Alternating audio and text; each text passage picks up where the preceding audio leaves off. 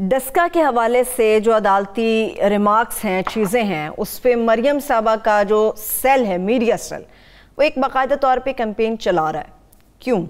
بڑی افسوسناک کیمپین ہے. وہ تو فیصلہ کر دیا نا انہوں نے کہ پولنگ نہیں ہوگی وہاں پہ، پولنگ ملتوی کر دی جی.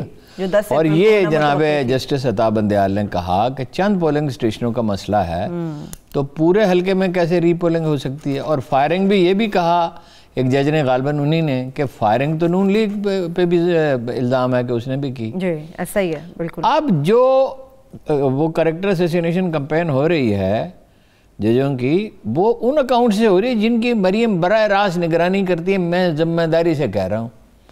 اچھا ایک دن ایک عدالت انہیں ضمانت دیتی ہے، وہ فیصلہ ٹھیک ہے، اور دوسرے دن عدالت ایک دوسرا فیصلہ دیتی ہے جو ان کے حق میں نہیں جاتا. بھائی ایک فیصلہ آپ کے حق میں گیا، وہ بالکل جج اچھے ہیں، ٹھیک ہیں اور درست ہیں اور انصاف ہے. وہ تو جب زبیر صاحب نے یہ کہہ دیا، زبیر عمر نے، کہ نواز شریف اس لیے ملک سے باہر نہیں گیا کہ وہ بیمار تھا، حالانکہ ہفتوں مہینوں چیختے رہے کہ بیمار ہے، جان کو خطرہ ہے، گر گئے ہیں اور یہ ہے اور وہ ہے. وہ تو اس لیے نہیں آ رہا کہ یہاں انہیں انصاف مل نہیں سکتا. انصاف اصل میں تب ان کے خیال میں انصاف یہ ہے کہ نواز شریف صاحب کو پورا اختیار ہو ججوں کے تقرر کا، وہ خود ہی جج مقرر کریں. اور دانائی اتنی ہے نواز شریف صاحب نے کہ جو آرمی چیف انہوں نے مقرر کیا اسی سے لڑے، کسی ایک سے بھی نہ نپ سکی. نہیں مشرف کو کس نے مقرر کیا تھا؟ جی نواز شریف صاحب نے خود. جنرل قمر جاوید باجوہ کو کس نے مقرر کیا تھا؟ اور جنرل اور بھی کتنے 3-4 چیف انہوں نے مقرر کیے. ہر ایک سے وہ ناراض ہو جاتے تھے اور ہر ایک سے یہ من مانی ہے. انوکھا لاڈلا کھیلن کو مانگے چاند. دنیا آپ زندگی سے مفاہمت کرتے ہیں، زندگی آپ سے مفاہمت نہیں کرتی.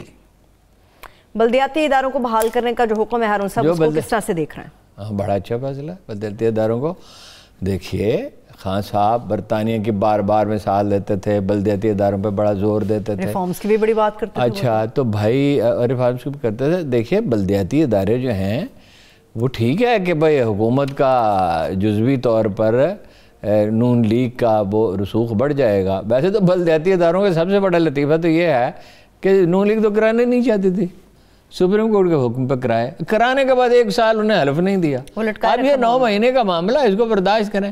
میرا یہ خیال ہے کہ دیکھیے ان کو پیسے چاہیے ہوتے ہیں نا، حکومت سے لینا نا پیسے، تو کو ایسا کوئی طوفان نہیں کھڑا کر دیں گے. وہ ایم این اے نیچے تک جانے نہیں دیتے ہارون صاحب. یہ معاملہ پورا پیسوں کا، جتنے بھی ترقیاتی چیزیں ہوتی ہیں کروانی چاہیے، ایم این اے تو نیچے تک وہ اپنی جگہ ایک مسئلہ ہے. لیکن بلدیاتی اداروں کے بغیر جمہوریت ہے کیا؟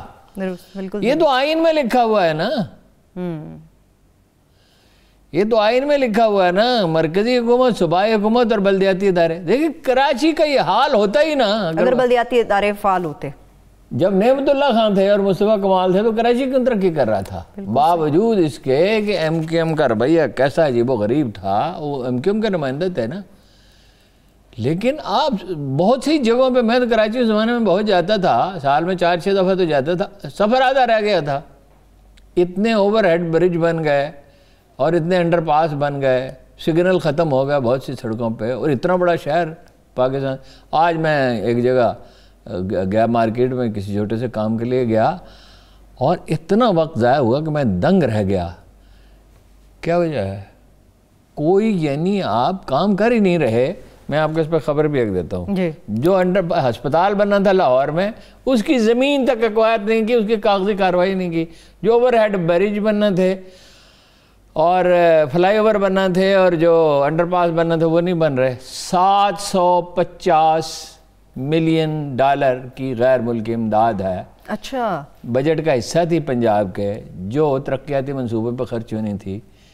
آج مارچ کا آخری ہفتہ ہے، اپریل شروع ہونے والا ہے، اس میں سے صرف 150 ملین خرچ ہوئے ہیں. او بھائی 750 ملین پورے خرچ ہونے چاہیے، یعنی اب تک 700 ملین ڈالر کہاں گئے؟ 6.5 نہیں موجود تو ہیں بھائی. وہ خرچ ہو رہے ہوتے تو ملازمتیں پیدا ہوتی ہیں، ترقیاتی عمل ہوتا. حکومت وجہ حکومت بھی ہے. عثمان بزدار سے آپ کیا امید رکھتے ہیں؟ وہ مجھے اتنا پتا ہے. اچھا پھر سول سروس جو تعاون نہیں کر رہی، اور سوار ایسا کہ گھوڑے پہ بیٹھنا نہیں آتا.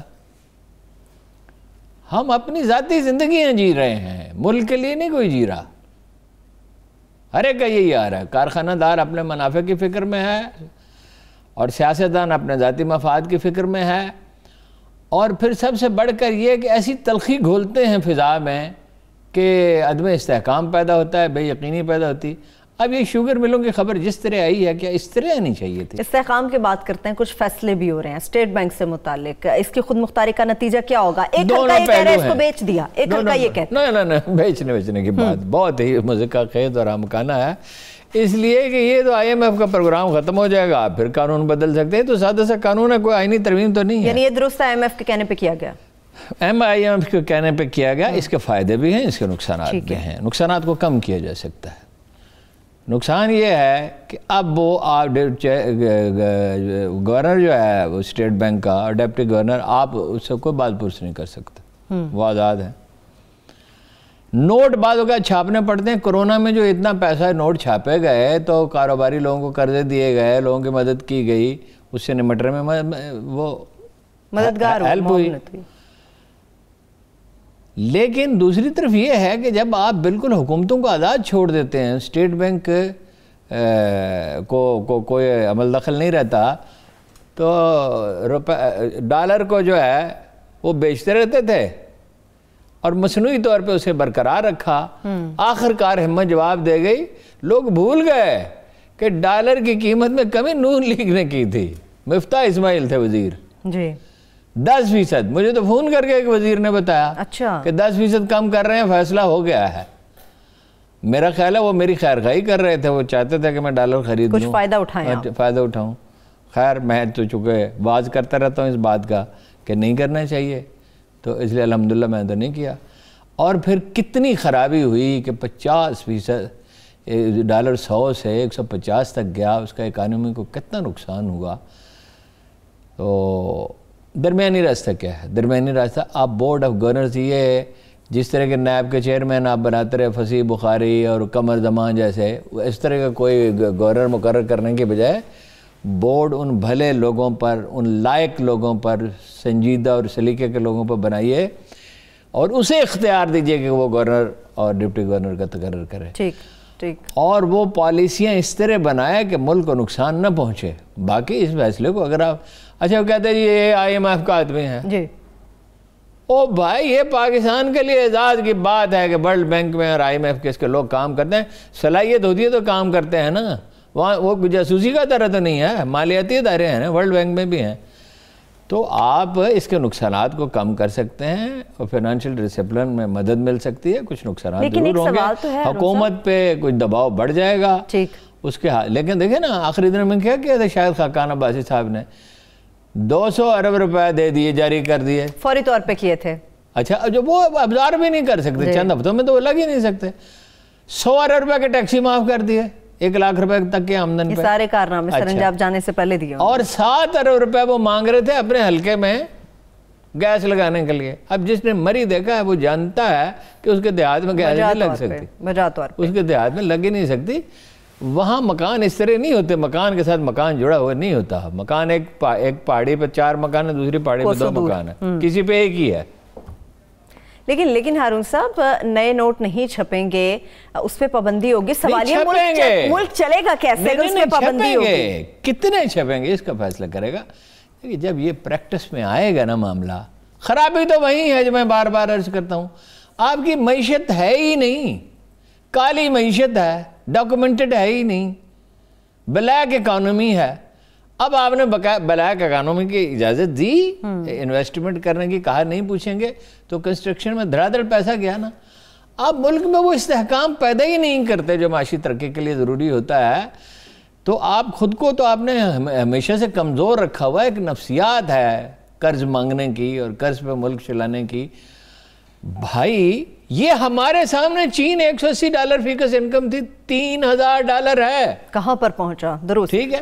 یہ ہمارے سامنے ترکی تھا، لیرہ کی قیمت ہی نہیں تھی، ٹوکری بھر کے لے جاتے تھے سودا سلو خریدنے کے لیے. اور اب دیکھیے یہ اپنا فگر ایگزیکٹ نہیں ہے، میں نے ایک دفعہ کہا تھا $50 فی گز، تو مجھے کچھ لوگوں نے کہا نہیں زیادہ تھا. اچھا. ملائیشیا کی آمدن اس سے زیادہ تھی پام آئل وغیرہ کی وجہ سے. پام آئل اور ربڑی تھا نا، $5000 فی گز انکم. یہ پچھلے سال کے فگر تھے، تازہ میں نے نہیں دیکھے. ہمارے سامنے ملکوں نے ترقی کی ہے نا.